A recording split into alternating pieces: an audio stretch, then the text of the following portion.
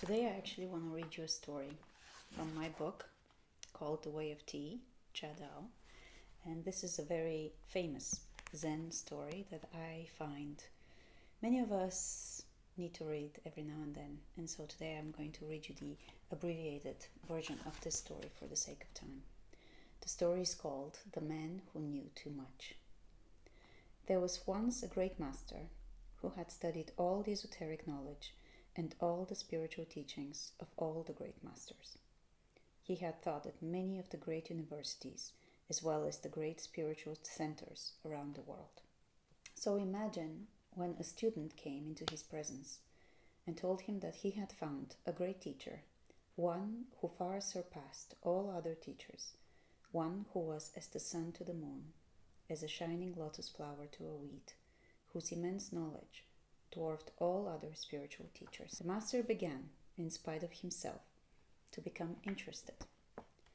Perhaps, he thought to himself, he is the teacher that I have been searching for.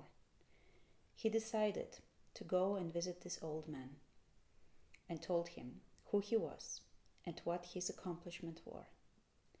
He would list for him the various initiations he had gone through, what spiritual powers he had attained, what masters he had already studied under these long years, how many people he had already touched with his spiritual force, how many people he had healed, how famous he was.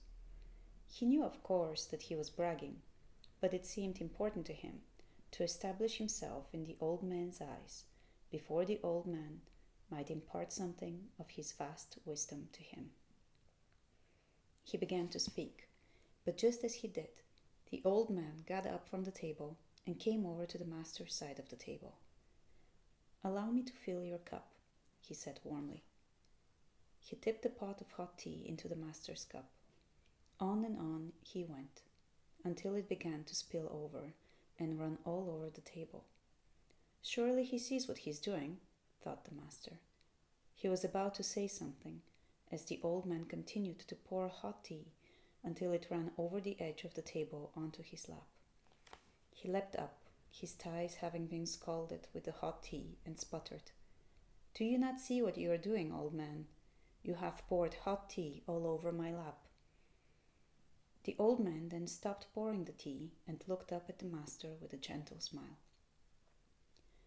"I know very well what I have done," he said.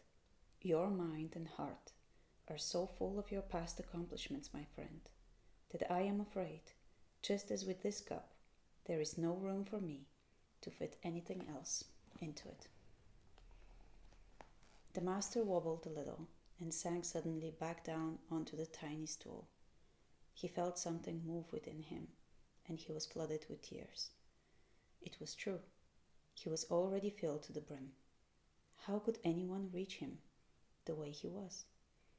He remembered something he had read long ago from the Tao Te Ching, the sacred book of the Taoists. In the world of knowledge, every day something is added. In the world of Tao, every day something is let go.